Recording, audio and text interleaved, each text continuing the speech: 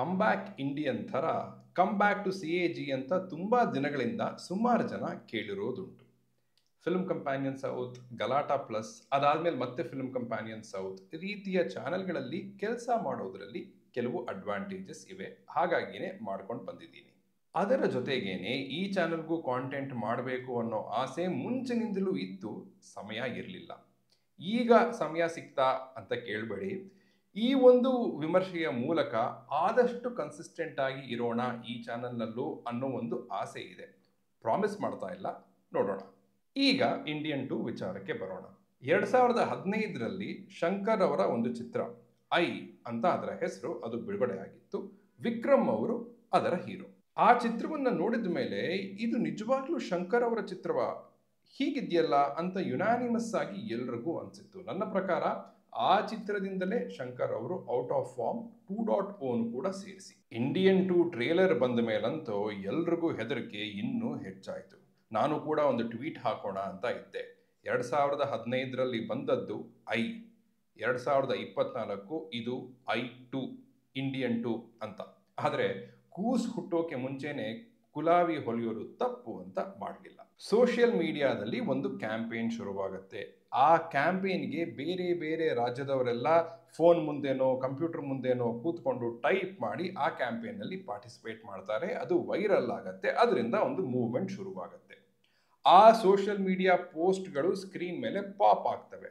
ಇವೆಲ್ಲವೂ ಶಂಕರ್ ಅವರು ಮಾತ್ರವಲ್ಲ, ಬೇರೆ ನಿರ್ದೇಶಕರು ಕೂಡ ಸುಮಾರು 15-16 ವರ್ಷಗಳ ಮುಂಚೆನೆ ಮಾಡಿಬಿಟ್ಟಿದ್ದಾರೆ. ಆ ಒಂದು ಟೆಕ್ನಿಕು 2024ರ ಶಂಕರ್ ಕಮಲ್ ಹಾಸನ್ ಕಾಂಬಿನೇಷನ್ ಅಲ್ಲಿ ಬರ್ತಿರೋ ಇಂಡಿಯನ್ 2 ಚಿತ್ರದಲ್ಲೂ ಬರ್ತಾ ಇದೆ ಅನ್ನೋದು ತಕ್ಕ ಮಟ್ಟಿಗೆ ಒಂದು ಇಂಡಿಕೇಶನ್ ಈ ಸ್ಕ್ರೀನ್ ಪ್ಲೇ ಯಾವ ಮಟ್ಟಕ್ಕೆ ಸ್ಟೇಲ್ ಆಗಿರಬಹುದು ಅನ್ನೋದಕ್ಕೆ.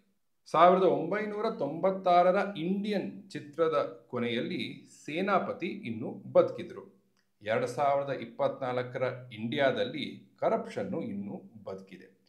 ಈ ಒಂದು ಪರಿಸ್ಥಿತಿಯಲ್ಲಿ ಆ ಸೇನಾಪತಿ ಕಂಬ್ಯಾಕ್ ಒಂದನ್ನು ಕೊಟ್ರೆ ಏನಾಗಬಹುದು ಅನ್ನೋದು ಐಡಿಯಾ. ಕರಪ್ಷನ್ನು ಬದಲಾಗಿಲ್ಲ, ಶಂಕರ್ ಅವರ ಐಡಿಯಾಸು ಸ್ಕ್ರೀನ್ ಪ್ಲೇ ಸ್ಟೈಲು ಬದಲಾಗಿಲ್ಲ.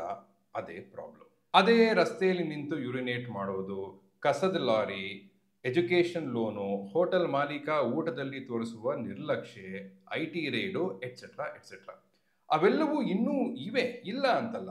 ಆದರೆ ದೃಶ್ಯಗಳು ಎಕ್ಸೈಟಿಂಗ್ ಆಗಿರಬೇಕು ಅಲ್ವಾ? 1996ರ ಇಂಡಿಯನ್ನಲ್ಲಿ ಕರಪ್ಷನ್ನ ಬರೀ ತಮಿಳುನಾಡು ಕಾಂಟೆಕ್ಸ್ಟ್ನಲ್ಲಿ ತೋರಿಸಿದ್ವಿ, ಈಗ ಅದನ್ನೇ ಪ್ಯಾನ್ ಇಂಡಿಯಾ ಕಾಂಟೆಕ್ಸ್ಟ್ಗೆ ಟಾರ್ಗೆಟ್ ಮಾಡ್ತಾ ಇದ್ದೀವಿ ಅಂತ ಹೇಳಿದ್ರು ಪ್ರಮೋಷನ್ಸ್ನಲ್ಲಿ. ಆದರೆ ಈ ಚಿತ್ರದ ದೃಶ್ಯಗಳನ್ನು ನೋಡಿದ್ರೆ ಅದೇ ಹಳೇ ರೀತಿಯ ದೃಶ್ಯಗಳೇ, ಆದರೆ ಭಾರತದ ಬೇರೆ ಬೇರೆ ರಾಜ್ಯಗಳಲ್ಲಿ ಹೆಸರಿಗೆ ಮಾತ್ರ ಕಟ್ಟಿರೋ ಹಾಗಿದೆ. ಗುಜರಾತ್ನಲ್ಲಿ ಒಬ್ಬ ಕರಪ್ಟ್ ವ್ಯಕ್ತಿ, ಪಂಜಾಬ್ನಲ್ಲಿ ಒಬ್ಬ ಕರಪ್ಟ್ ವ್ಯಕ್ತಿ, ಮತ್ತೊಂದು ರಾಜ್ಯದಲ್ಲಿ ಇನ್ನೊಬ್ಬ ಕರಪ್ಟ್ ವ್ಯಕ್ತಿ. ಇವರೆಲ್ರಿಗೂ ವರ್ಮಕಲೆಯ ಬೇರೆ ಬೇರೆ ಟೆಕ್ನಿಕ್ಸ್ ಇಂದ ಶಿಕ್ಷೆಯನ್ನ ಕೊಡ್ತಾರೆ ಇಂಡಿಯನ್ ತಾತ.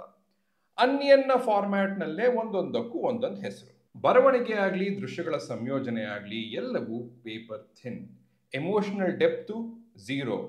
ಆದರೆ ಅದನ್ನ ಹುಟ್ಟಿಸೋಕೆ ಅವರು ಮಾಡೋ ಮೆಲೋ ಡ್ರಾಮಾನ ನೋಡೋಕೆ ನನಗಂತೂ ತುಂಬಾನೇ ಟಾಲರೆನ್ಸ್ ಬೇಕಾಗಿ ಬಂತು. ಶಿಕ್ಷೆ ಕೊಡೋಕೆ ಕೊಲೆ ಮಾಡೋದೊಂದೇ ಸೊಲ್ಯೂಷನ್ನ ಅಂತ ಕೇಳಬಾರದು ಅಂತ ಗಾಂಧಿಯ ಮಾರ್ಗ, ಸುಭಾಷ್ ಚಂದ್ರ ಬೋಸ್ ಅವರ ಮಾರ್ಗ ಅನ್ನೋ ಒಂದು 2 ಟ್ರ್ಯಾಕ್ ಮಿಷನ್ ಐಡಿಯಾ ಚೆನ್ನಾಗಿತ್ತು, ಆದರೆ ವೆರಿ ಪುವರ್ಲಿ ರಿಟನ್. ದೇಶವೊಂದು ಕರಪ್ಷನ್ ಫ್ರೀ ಆಗಬೇಕು ಅಂದರೆ ಮೊದಲು ನಮ್ಮ ಕುಟುಂಬಗಳು ಕರಪ್ಷನ್ ಫ್ರೀ ಆಗಬೇಕು ಅನ್ನೋ ಐಡಿಯಾ. ಹೇಗೆ ಒಬ್ಬ ದೇಶಕ್ಕೆ ಬೇಕಾದ ಹೀರೋ ಇಡೀ ದೇಶವೇ ದ್ವೇಷಿಸೋ ವಿಲನ್ ಆಗ್ತಾನೆ ಅನ್ನೋದು ಇನ್ನೊಂದು idea. Again excellent ideas, but poorly written. ಬರವಣಿಗೆಯಲ್ಲೇ ಮೂಲ ಸಮಸ್ಯೆ ಇರುವಾಗ ಬೇರೆ ಯಾವ ಅಂಶಕ್ಕೂ ಒಂದು ಚಿತ್ರವನ್ನ ಕಾಪಾಡೋ ಶಕ್ತಿ ಇರೋದಿಲ್ಲ. ಕಮಲ್ ಹಾಸನ್ ಅವ್ರಿಗೂ ಒಂದು ಕಂಪ್ಲೀಟ್ಲಿ ಅನ್ಇನ್ಸ್ಪೈರಿಂಗ್ ರೋಲ್. ಅದರ ಮೇಲೆ ಆ ಮೇಕಪ್ಪು, ಆ ಫ್ಯಾನ್ಸಿ ಡ್ರೆಸ್ಗಳು ಬೇರೆ. ಅವರಾಗಿದ್ದಕ್ಕೆ ಹೇಗೋ ಸ್ವಲ್ಪ ತೂಗಿಸ್ಕೊಂಡು ಮುಂದಕ್ಕೆ ಹೋಗ್ತಾರೆ, ಆದರೆ ಬೇರೆ ಎಲ್ಲ ಪಾತ್ರಗಳು ಪೂರಾ ಡಮ್ಮಿ. ತಿರುಪತಿ ಅಂತ ಡೈಲಾಗ್ನಲ್ಲಿ ಬಂದರೆ ಇಮಿಡಿಯೇಟ್ ಆಗಿ ತಿರುಪತಿಯ ಒಂದು ಶಾರ್ಟು, ಟೈಪೆ ಅಂತ ಬಂದರೆ ಟೈಪೆಯ ಶಾರ್ಟ್. ಹೀಗೆ ಡೈಲಾಗ್ನಲ್ಲಿ ಯಾವ ಯಾವ ಊರಿನ ಹೆಸರುಗಳು ಬರುತ್ತೋ ಅದರ ಶಾರ್ಟ್ಗಳು. ದೇವರ ಮಗನ್ಗೆ, ಶಿವಾಜಿಗೆ, ಇನ್ನು ಕೆಲವು ಚಿತ್ರಗಳಿಗೆ ರೆಫರೆನ್ಸಸ್. AR ರೆಹಮಾನ್ ಅವರ ಇಂಡಿಯನ್ ಚಿತ್ರದ ಒರಿಜಿನಲ್ ಸ್ಕೋರ್ನ ಒಂದು ಕ್ಲಿಪ್ಪು. ಇನ್ಫ್ಯಾಕ್ಟ್ ರಜನಿಕಾಂತ್ ಅವರೇ ಒಂದು 1 ಸೆಕೆಂಡ್ ಕ್ಲಿಪ್ಗೆ ತೆರೆಯ ಮೇಲೆ ಕಾಣಿಸ್ಕೊಂಡ್ರು ಕೂಡ ಸ್ಪೈಕೇ ಇಲ್ಲ. RK ಲಕ್ಷ್ಮಣ್ ಅವರ ಕಾಮನ್ ಮ್ಯಾನ್ ಕಾರ್ಟೂನ್ನ ಅನಿಮೇಟ್ ಮಾಡಿ ಅದನ್ನು ತುಂಬ ಚೆನ್ನಾಗಿ ಬಳಸಿದ್ದಾರೆ. ಇನ್ಫ್ಯಾಕ್ಟ್ ಆ ಕಾರ್ಟೂನ್ ಅಥವಾ ಆ animation character like, share, subscribe ಅಂತ ಹೇಳುವಾಗ written and directed by Shankar ಅಂತ ಬರೋ ಐಡಿಯಾ ಕೂಡ. ಝೀರೋ ಗ್ರಾವಿಟಿಯನ್ನ ಹಾಗೂ ಎಂಜಲನ್ನ ಇಟ್ಕೊಂಡು ಒಂದು ದೃಶ್ಯವನ್ನ ಕಟ್ಟಿದ್ದಾರೆ. ಆ ಐಡಿಯಾ ತುಂಬಾನೇ ಚೆನ್ನಾಗಿತ್ತು and fairly well executed as well. Electric unicycle ಇಟ್ಕೊಂಡು ಒಂದು ದೊಡ್ಡ ಆಕ್ಷನ್ ಸೀಕ್ವೆನ್ಸ್ ಇದೆ. ಅದು ಸಿಲ್ಲಿ ಅನ್ಸಿದ್ರು ಅದರ ಎಕ್ಸಿಕ್ಯೂಷನ್ ಮಾತ್ರ ಫ್ಲಾಲೆಸ್.